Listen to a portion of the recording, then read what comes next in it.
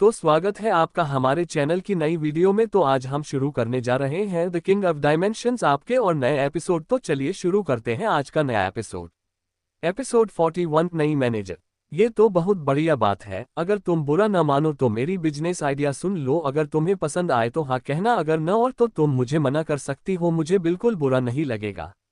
इतना कहकर शौर्य कशिश को अपना बिजनेस आइडिया शुरू से लेकर अंत तक समझा देता है। उसका बिजनेस आइडिया एकदम सिंपल था, एंटीक चीजों को कम कीमत पर खरीदना और ऊंचे दाम पर बेचना।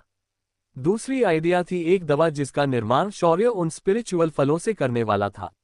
पहली आइडिया बिजनेस के हिसाब से एकदम सही थी, तो कशिश ने पहले आइडिया के बारे में अधिक जानने के लिए पूछा, मैं जानना चाहूंगी कि एंटीक मार्केट में बेचने के लिए आप एंटीक कहां से खरीदोगे और आपके पास कितना पैसा है इस बिजनेस के लिए।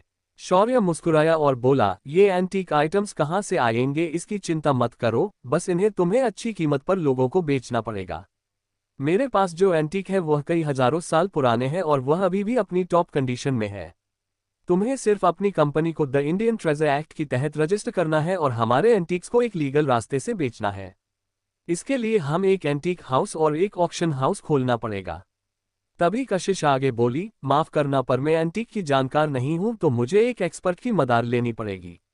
उसकी चिंता मत करो, मेरे दिमाग में एक इंसान है जो इस फील्ड में एक एक्सपर्ट माने जाते हैं। तुम उनकी मदद से हमारे एंटीक वैलिड कर सकती हो।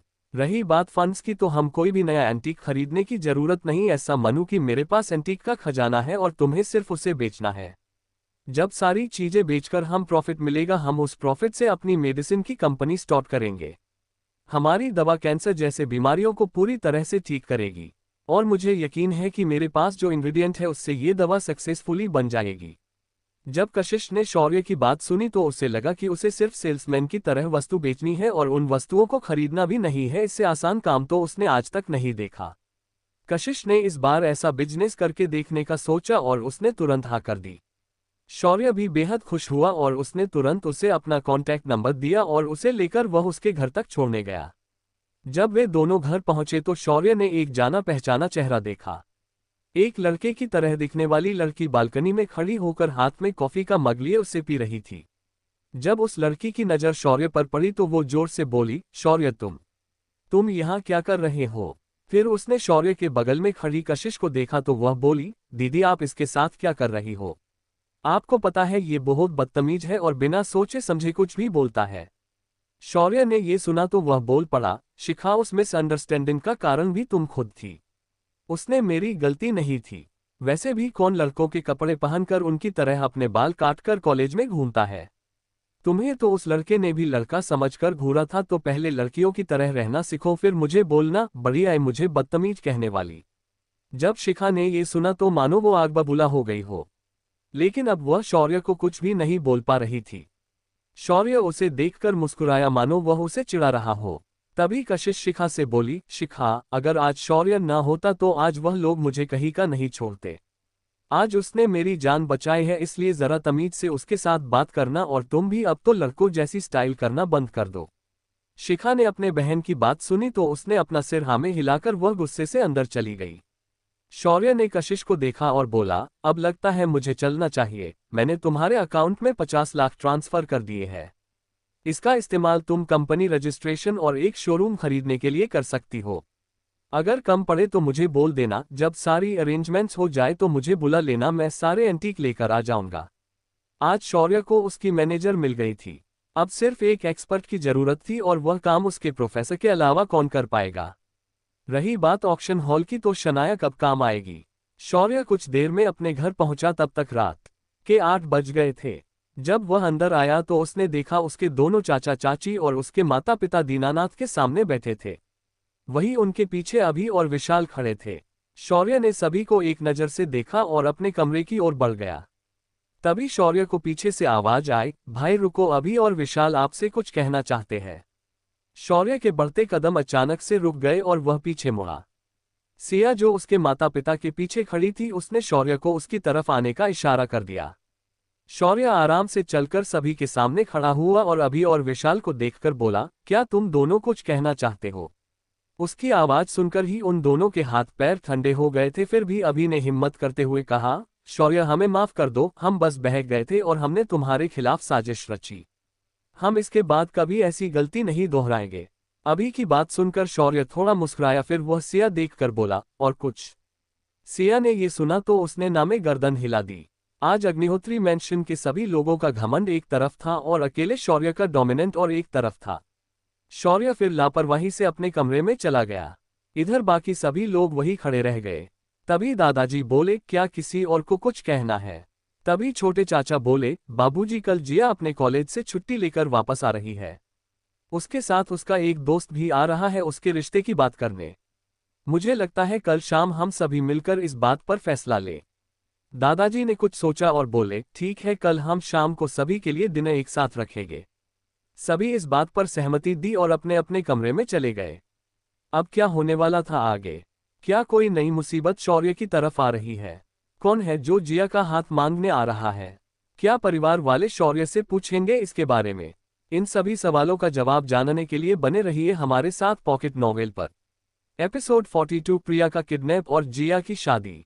दूसरे दिन सुबह जगा तो देखा 5 बज रहे थे। वह तुरंत उठा और अपनी मॉर्निंग एक्सरसाइज करने बाहर निकल गया। कुछ देर बाद जब वह वापस आया तो पाया उसके छोटे चाचा राकेश, जो अग्निहोत्री परिवार का बिजनेस संभालते थे, वे हॉल में इधर उधर फेरे लगा रहे थे। जब उन्होंने शौर्य को देखा तो वो रुक गए और शौर्य को देखने लगे मानो वे कुछ कहना चाहते हो लेकिन कह नहीं पा रहे थे। शौर्य ने उनकी झिझक समझी और बोला, क्या तुम्हें मुझसे कोई काम है? शौर्य की आवाज सुनकर राकेश अपने होश में आ गया और बोला, आज तुम्हारी बहन जिया आ रही है, उसके साथ उसका बॉयफ्रेंड रिश्ते की बात करने आने वाला है। मैं चाहता हूं कि तुम भी उस वक्त वहां मौजूद रहोगे तो अच्छा होगा। शौर्य ने ये सुनकर कहा, ठीक है, मैं दोपहर में जल्दी वापस आ जाऊंगा। वैसे प्रिया नहीं आ रही क्या किया के साथ? प्रिया का नाम सुनते ही राकेश लाचारी से मुस्कुराया और बोला, कल मुझे जिया ने बताया कि उसका और प्रिया का झगड़ा हो गया है, और जब मैंने प्रिया को फोन लगाया उसका फोन बंद आ रहा है, लेकिन वो हमेशा ऐसा ही करती है तो कोई बड़ी बात नहीं, जब उसका गुस्सा शांत होगा तो वो अपना फोन चालू कर देगी। शौर्य को ये पूरा मामला बड़ा अजीब लगा। जिया और प्रिया दोनों ट्विंस थी और वो दोनों कभी भी झगड़ते नहीं, बस थोड़ी नाराज होकर फिर से एक हो जाती है। इधर जिया अपने जीवन का बड़ा फैसला लेने जा रही थी मगर प्रिया उसके साथ नहीं थी। शौर्य ने कुछ सोचकर सिस्टम से कहा, सिस्टम, क्या तुम प्रिया को ट्रैक कर सकते हो? मेरे प्यारे होस्ट, क्या तुम भूल गए मैं इस मॉडर्न जमाने में भी एक ओमनी प्रेजेंट सिस्टम बन गई हूं। तुम्हारे बहन का पता मैं अभी लगाती हूं। कुछ ही देर में शौर्य के सामने एक स्क्रीन खुली और उस पर उसने जो देखा उसे देखकर उसकी आंखें सिकुड़ गई और उसके माथे की नसें उभर आई। उसने कुछ सोचा और सिया को फोन लगाकर उसे अकेले ही कॉलेज जाने के लिए कहा और वह अपनी थार लेकर एयरपोर्ट की ओर चला गया। जिया और प्रिया दोनों मुंबई यूनिवर्सिटी से मैनेजमेंट की पढ़ाई कर रही थी और अभी शौर्य मुंबई की ओर जा रहा था। कुछ ही देर में द्वारिका एयरपोर्ट से शौर्य सीधा मुंबई निकल गया। हवाई अंतर ज्यादा न होने की वजह से शौर्य 1 घंटे में मुंबई पहुंच गया था।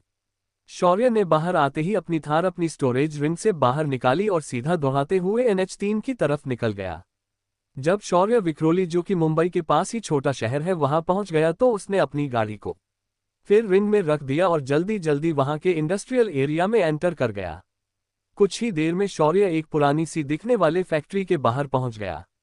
ये फैक्ट्री कई सालों से बंद नजर आ रही थी, लेकिन उसके अंदर उसने महसूस किया कि कुछ लोग मौजूद हैं। शौर्य तेजी से फैक्ट्री के एक डक्ट के पास गया और उसे एक झटके में उखाड़ दिया। उसके बाद वह धीरे से छुपते छुपाते अंदर पहुंच गया। अंदर जाते ही उसने देखा कि एक लड़की को कुर्सी से बांध कर रखा गया था। उसके अगल बगल कुछ बॉडीगार्ड्स खड़े थे।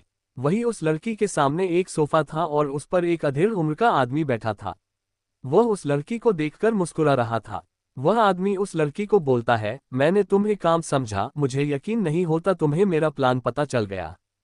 फिर भी तुम्हारी बहन बेवकूफ़ निकली और वह मेरे बेटे को अपने साथ तुम्हारे मना करने पर भी लेकर चली गई। मैंने भी तुम्हें यहाँ इसीलिए पकड़ कर रखा है ताकि तुम मेरा प्लान अपने बाप तक ना पहुँचा सको।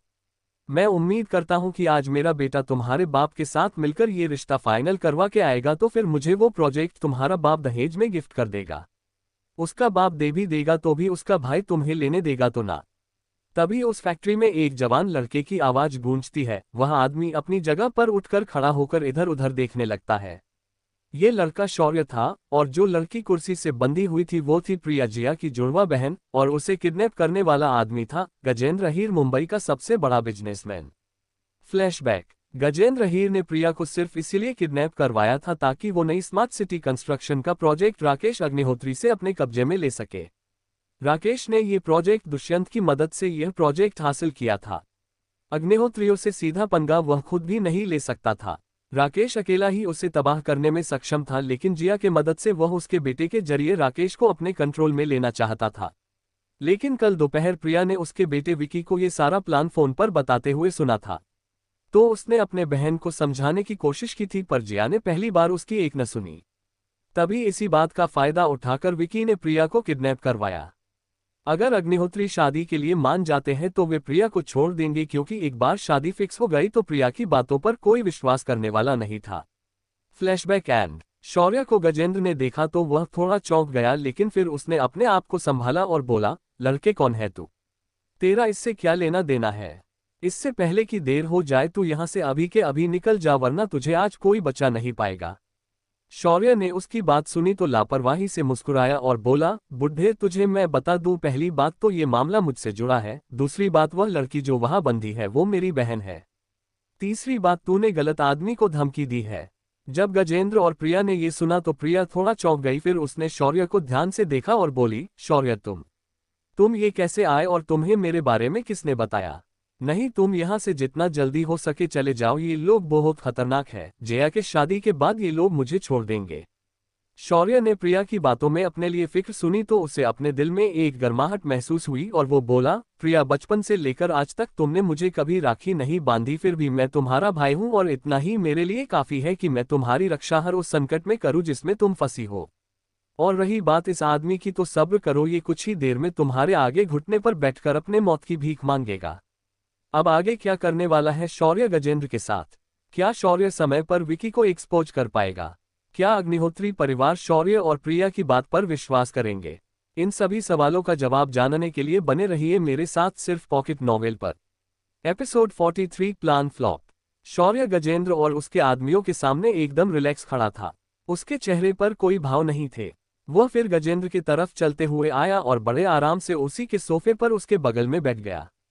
फिर उसने उस टेबल पर रखे कुछ स्नैक्स जो ड्रिंक करते वक्त खाने के लिए रखे थे उन्हें उठाया और आराम से खाते हुए बोला, तो तुम्हारा नाम गजेंद्र है ना? तुम्हें बचपन में तेरे बाप ने तेरी माँ के साथ बाहर निकल दिया था क्योंकि तेरी माँ के तेरे चाचा के साथ नाजायज संबंध थे, जिसे तेरे बाप ने रंगे हाथों पकड़ा था। उसके बाद तेरे चाचा की मदद से तेरी माँ ने तुझे पाला और पढ़ाया ताकि तू उसका बदला ले सके। तूने भी वैसा ही किया, पर तूने सिर्फ अपने बाप को नहीं मारा बल्कि तेरे असली बाप तेरे चाचा को तेरे माँ के सामने टुकड़े करके मारा। फिर तूने अपने ही माँ को सड़क पर छोड़ दिया और उसकी ऐसे ही एक दिन मौत हो गई। गजेंद्र बेटा, क्या मैं सच कह रहा हूँ? और हाँ, तूने सारे अहीर परिवार की प्रॉपर्टी अपने नाम करवा ली और फिर अपना बिजनेस स्टार्ट कर दिया। तू दिन में रियल एस्टेट का काम करता है, लेकिन रात में तू ड्रग्स बेचता है, ह्यूमन ट्रैफिकिंग करता है। और हाँ, वो तू ही था न जिसने उन आतंकवादियों को मुंबई में उनका गाइड बनकर मदद की थी। अब तेरी आदत की बात करते हैं। तू इतना पैसा कमा कर भी तेरी जो पैसों की भूख है वह कभी मिटती नहीं। तू पैसे कमाने के लिए डिस्पोजेबल बॉटल्स को भी छोटे छोटे अनाथ बच्चों से कलेक्ट करवाता है। अब बता, क्या मैं तेरे बारे में कुछ गलत तो नहीं हूँ? तूने ये हरकत भी एक प्रोजेक्ट को पाने के लिए ही की थी ना? चल वो छोड़, तू मेरे चाचा के साथ कैसे डील करेगा मुझे उससे कोई फर्क नहीं पड़ता। मुझे बस इतना मालूम है कि मेरे होते हुए मेरी बहनों के साथ कोई खिलवाड़ नहीं कर सकता। शौर्य ने इतना कहकर अपना राइट हैंड आगे बढ़ाया और एक ही झटके में गजेंद्र को जकड़ लिया, जो इस वक्त सिर्फ शौर्य को देखे जा रहा था और शौर्य के बारे में सोच रहा था, जिसने उसकी सारी कुंडली उसके सामने खोलकर रखी थी। जब शौर्य ने उसे अपने हाथ से जकड़ा तो गजेंद्र को अपने गले पर एक ठंडक महसूस हुई और उसके अगले ही पल उसका पूरा शरीर जम गया। उसकी सांसें भारी हो गई थी। तभी गजेंद्र को अपने पेट में जोर का दर्द महसूस हुआ और उसने अगले ही पल खून की उल्टी कर दी थी, क्योंकि शौर्य ने उसके पेट में एक मुक्का मारा था। अब तक गजेंद्र के सारे बॉडीगार्ड्स हरकत में आ चुके थे। उन्होंने अपनी पिस्तौल निकाली और शौर्य पर चला दी, लेकिन एक भी गोली शौर्य को छू नहीं पाई। उनकी सभी गोलियां हवा में ही गायब हो गई थी। तभी उन्हें कुछ धातु के टुकड़े जमीन पर गिरने की आवाज सुनाई दी। जब उन बॉडीगार्ड्स ने उन गिरते हुए धातु के टुकड़ों को देखा तो उनकी आंखें बाहर आ गई। फर्श पर उन्होंने चलाई हुई गोलियां थी जो शौर्य ने अपने हाथ से पकड़ी थी। इसके बाद सभी बॉडीगार्ड्स समझ चुके थे कि उनका पाला इस बार एक इंसान से नहीं बल्कि राक्षस से पड़ा है। शौर्य ने फिर गजेंद्र को एक और फेंक दिया और उन बॉडीगार्ड्स की तरफ आराम से चलकर आया। इस समय उसका ऑरा बदल चुका था। हर बार इन चमचों को मारकर अब वह इस बात से बोर हो गया था, तो उसे इस बार उन्हें एक बार में ही खत्म करने की सोची। शौर्य ने अपनी तलवार को हाथ में पकड़ा जो खूनी रंग से चमक रही थी। फिर उसने अपने तलवार को हवा में आड़ा चला दिया और एक अदृश्य शॉकवेव उसमें से निकली और उन सभी बॉडीगार्ड्स को पार करके निकल गई। इसके बाद एक चरमराहट की आवाज सुनाई दी और सारे बॉडीगार्ड्स के शरीर दो भागों में बट गए, लेकिन वह शॉकवेव वहीं नहीं रुकी और वह सीधे उनके पीछे के दीवार को भी दो हिस्सों में बांटते हुए आर पार हो गई। कुछ ही देर में उस फैक्ट्री का एक हिस्सा टूट गया और पूरी दीवार ढह गई। उस दीवार के बाहर का पूरा नजारा अब सभी को साफ दिखाई दे रहा था। फिर शौर्य प्रिया के पास गया और उसने उसकी रस्सी खोल दी। इस वक्त प्रिया सदमे में थी। वो ये तय नहीं कर पा रही थी कि वह शौर्य का धन्यवाद करे या उससे डरे। फिर शौर्य ने गजेंद्र को उसकी गर्दन पकड़कर उठाया और कहा, गजेंद्र, किडनैपिंग तो हुई है मगर वो प्रिया की नहीं बल्कि तेरी। चल अब मैं तुझे जन्नत दिखाता हूँ। इतना कहकर शौर्य ने उसके हाथ पैर बांध दिए और उसे अपने पॉकेट डायमेंशन में फेंक दिया। फिर वह प्रिया को लेकर बाहर आया और अपनी कार में बैठकर वापस एयरपोर्ट पहुंच गया। एयरपोर्ट पर आते ही उसने द्वारिका का टिकट निकाला और सीधा द्वारिका पहुंच गया। जब वह वापस आया तब तक जिया घर पहुंच गई थी। आज विकी शाम को उसके रिश्ते के बारे में बात करने आने वाला था। शौर्य और प्रिया भी शाम के 5 बजे तक घर पहुंच गए थे। जब दीनानाथ ने प्रिया को शौर्य के साथ देखा तो उसने शौर्य को सवालिया नजरों से देखा तो शौर्य बोला, आज जब आपके होने वाले दामाद यहाँ पहुंचेंगे तो ये उसके लिए सरप्राइज है, तो किसी को मत बताना कि प्रिया घर आई हुई है। इतना कहकर शौर्य ने प्रिया को अपने कमरे में छोड़ दिया और खुद बाहर आकर दादाजी के साथ सोफे पर एक न्यूज़पेपर हाथ में पकड़कर पढ़ने लगा। कुछ देर में जिया नीचे आए और उसने जब शौर्य को दादाजी के बगल में बैठे देखा तो उसने ताना मारते हुए कहा, अरे ये तो वही है ना जिन्हें घर से बाहर निकाल दिया था। और साहब की हिम्मत तो देखो, आज मेन हॉल में बैठकर न्यूज़पेपर पढ़ रहे हैं।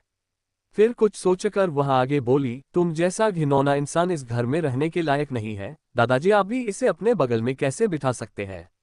आपको तो अच्छे से मालूम है कि वह कैसा इंसान है। जब दीनानाथ ने जिया की बात सुनी तो वह पहले बहुत डर गया और शौर्य की तरफ देखा, लेकिन उसके चेहरे पर कोई भाव नहीं थे और वह नीचे देखकर न्यूज़पेपर पढ़ रहा था। फिर दीनानाथ ने एक गहरी राहत भरी सांस ली और जिया को देखकर बोले, क्या तुम्हें तुम्हारे पापा ने कुछ नहीं बताया? उस दिन शौर्य को तुम्हारे भाई अभी और विशाल ने मिलकर उस नौकरानी के जरिए फंसाया था। उस नौकरानी ने अपना जुर्म कबूल किया और उसे उसकी सजा भी मिली थी। तुम्हारे दोनों भाई भी कल तक अस्पताल में ही थे। अब क्या कहेगी जिया शौर्य के बारे में? क्या शौर्य समझा पाएगा जिया को? क्या विकी आसानी से मना पाएगा अग्निहोत्री परिवार को? जानने के लिए बने रहे मेरे साथ सिर्फ यूट्यूब चैनल पर। Episode 44 surprise. जब जिया ने अपने दादा की बात सुनी तो उसने फिर एक बार शौर्य को घूर कर देखा और बोली, अच्छा तो ये बात है, लेकिन फिर भी इसकी इस घर में इतनी हैसियत कब से हो गई कि वह यहाँ बैठे, वो भी आपकी बगल में? मैं जानती हूँ कि दादी की वजह से आप उसे झेल रहे हैं, लेकिन मैं ऐसा हरगिज नहीं होने दूंगी। इतना कहकर वह आगे बढ़ी और शौर्य के हाथ से इस न्यूज़पेपर को छीन लिया और बगल में पटकते हुए वह शौर्य को बोली, यहाँ से अभी के अभी उठकर कहीं और चला जा। अभी कुछ ही देर में मेरा बॉयफ्रेंड यहाँ आने वाला है और मैं नहीं चाहती कि तुम्हारे वजह से मेरी अपने बॉयफ्रेंड के सामने इमेज खराब हो। शौर्य ने जब ये सुना तो उसने अपना सिर नामे हिलाया और फिर अपना बायां पैर दाएं पैर पर चढ़ाकर आराम से पीछे सोफे से सटकर बैठ गया और बोला, जिया, क्या तुम मुझसे इतनी नफरत करती हो कि तुम मुझे देखना तक पसंद नहीं करती? क्या मैं इसकी वजह जान सकता हूँ? आखिर मैंने तुम्हारा ऐसा कौन सा नुकसान किया कि तुम्हें मुझसे नफरत हो? जब जिया ने ये सुना तो वह चुप हो गई। उसे कोई बात याद नहीं आ रही थी जिसकी वजह से वह कह सके कि वह शौर्य से नफरत करती है। आज तक उसने ही शौर्य को परेशान किया था, लेकिन ऐसा एक भी वाकया नहीं था जहां पर शौर्य ने उसे परेशान किया था। तभी शौर्य आगे बोला, क्या हुआ जिया, तुम्हें कोई कारण याद नहीं आ रहा है क्या? चलो मैं तुम्हें वह कारण बताता हूँ। वह कारण है इस परिवार के सारे बड़े लोग। इन्होंने मुझसे नफरत की तो तुमने भी बिना कारण जाने मुझसे नफरत की। और हाँ, सारे बड़े लोग मुझसे नफरत करते थे क्योंकि मेरे अपने माता पिता मुझसे नफरत करते थे। अब बताओ, क्या तुम्हें पता चला कि तुम मुझसे नफरत क्यों करती हो? जिया का सिर शर्म से नीचे झुक गया। वह कभी भी दिल की बुरी नहीं थी, लेकिन वह लोगों पर बिना सवाल किए विश्वास करती थी। अब उसे इस बात का एहसास हुआ कि शौर्य उसके नफरत करने के लायक था ही नहीं। उसने इसके बाद एक गहरी सांस ली और बोली, ठीक है, मैं तुम्हें यहाँ से जाने नहीं बोल सकती, लेकिन फिर भी मेरे बॉयफ्रेंड के आगे जरा तमीज से पेश आना। इतना कहकर वह भी सोफे के दूसरी तरफ बैठ गई। तभी दरवाजे पर एक कार के रुकने की आवाज आए और उसमें से एक हैंडसम लड़का बाहर निकला। ये विकी अहीर था। तभी दादाजी ने नौकरों से कहकर सभी परिवार वालों को नीचे बुला लिया। श्रीकांत उसकी पत्नी और बेटों के साथ नीचे आया। दुष्यंत और रागिनी भी सिया के साथ नीचे आए। राकेश और उसकी पत्नी भी नीचे आ गए। जब सारे लोग इकट्ठा हुए तो जिया आगे बढ़कर सबका इंट्रोडक्शन विकी से करवाने लगी। जब सभी की पहचान उसने बताई, लेकिन शौर्य को उसने जानबूझकर इंट्रोड्यूस करवाया नहीं, तो राकेश बहुत डर गया और वह घबराते हुए आगे आया और बोला, विकी बेटा, इनसे मिलो, ये है शौर्य, दुष्यंत भैया के सबसे बड़े बेटे। ये अभी हिस्ट्री में मास्टर्स कर रहा है। विकी को भी ये थोड़ा अजीब लगा, लेकिन उसने मुस्कुराकर शौर्य से हाथ मिलाया। तभी शौर्य ने भी उससे हाथ मिलाया और उसके शरीर में अपनी आध्यात्मिक ऊर्जा प्रवाहित कर दी। विकी को थोड़ी गर्माहट महसूस हुई, लेकिन उसने उसे इग्नोर कर दिया। तभी दादाजी ने सभी को बैठने का इशारा कर दिया और सभी लोग विकी को तरह तरह के सवाल पूछ रहे थे और इस बीच में शौर्य की तरफ देख रहे थे, मानो वो पूछ रहे हो कि क्या तुम कुछ पूछना चाहते हो। जब सभी के सवाल खत्म हुए तो शौर्य बोला, तो आप है विकी अहीर, जो गजेंद्र अहीर के बेटे हैं, जिसने कुछ दिनों पहले पोर्ट सिटी डेवलपमेंट का प्रोजेक्ट मेरे चाचा के हाथों हारा था। कहाँ तक मुझे लगता है तुम उसके बाद जिया से मिले और उसे कुछ ही दिनों में इम्प्रेस करके तुमने अपना बना लिया। तुम तो बड़े तेज निकले। जब राकेश ने ये सुना तो उसे कुछ अजीब महसूस हुआ, पर जिया का मुंह काला हो गया। दूसरी तरफ विकी के हाथों में पसीना आने लगा था, उसके हाथ कांप रहे थे। फिर भी उसने हिम्मत करके कहा, शौर्य भाई, अब तो मेरे बारे में बहुत कुछ जानते हैं, लेकिन ये बस एक इत्तेफाक की बात है। मेरा और मेरे डैड के बिजनेस राइवलरी से कोई संबंध नहीं है। ओह, तो ऐसी बात है। वैसे क्या तुम प्रिया से आते समय मिलकर आए थे? मेरा मतलब है, आने से पहले क्या तुम प्रिया से मिले थे? शौर्य ने विकी को मुस्कुराते हुए एकदम बेफिक्र लहजे से पूछा। विकी ने जब प्रिया का नाम सुना तो उसकी जान लगभग उसके गले आ गई थी। तभी ये देखकर जिया बोली, प्रिया का विकी से क्या लेना देना है? वह तो मुझे कह रही थी कि विकी भरोसे के लायक नहीं है, वह मुझे फंसा रहा है। इससे मैं समझ गई कि मेरे बहन को मुझसे जलन हो रही थी, तो कल दोपहर को ही मेरा और उसका झगड़ा हुआ था, तो आज मैंने आने से पहले उसकी शक्ल देखना सही नहीं समझा और मैं सीधा यहाँ आ गई। तभी शौर्य बोला, मैंने प्रिया के बारे में विकी से पूछा है, तुमसे नहीं। वैसे भी प्यार के अंधे इंसान को लगता है कि हर कोई उससे जलता है, तो तुम्हें प्रिया के बारे में मैं नहीं पूछना चाहता था। अब विकी बाबू, जरा आप मुझे प्रिया के बारे में बोलना चाहेंगे या फिर? शौर्य ने अपनी बात अधूरी छोड़ दी। दीनानाथ, जिसे प्रिया के आने की खबर थी, वह भी थोड़ा हैरानी से विकी को देखने लगा। तभी विकी खुद के डर को कंट्रोल करते हुए बोला, दरअसल मैं कल प्रिया को शाम को मिला था और वह मुझे जिया से दूर रहने की बात बोल रही थी, लेकिन मैं जिया से सच में बहुत प्यार करता हूं, तो मैंने उसकी बात मानने से इनकार कर दिया, तो उसने मुझे थप्पड़ मार दिया। तभी शौर्य अपने दोनों हाथ अपने गालों पर रखते हुए बोला, अरे बापरे, ये तो बहुत गलत हुआ। एक साली ने अपने होने वाले जीजा के गाल लाल कर दिए।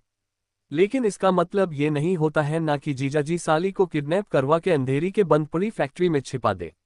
शौर्य के पहले वाक्य से विकी को बहुत अच्छा लगा, लेकिन आखिरी वाक्य सुनते ही उसके पैरों के नीचे से जमीन खिसक गई। सभी घरवाले शौर्य और विकी को देखने लगे।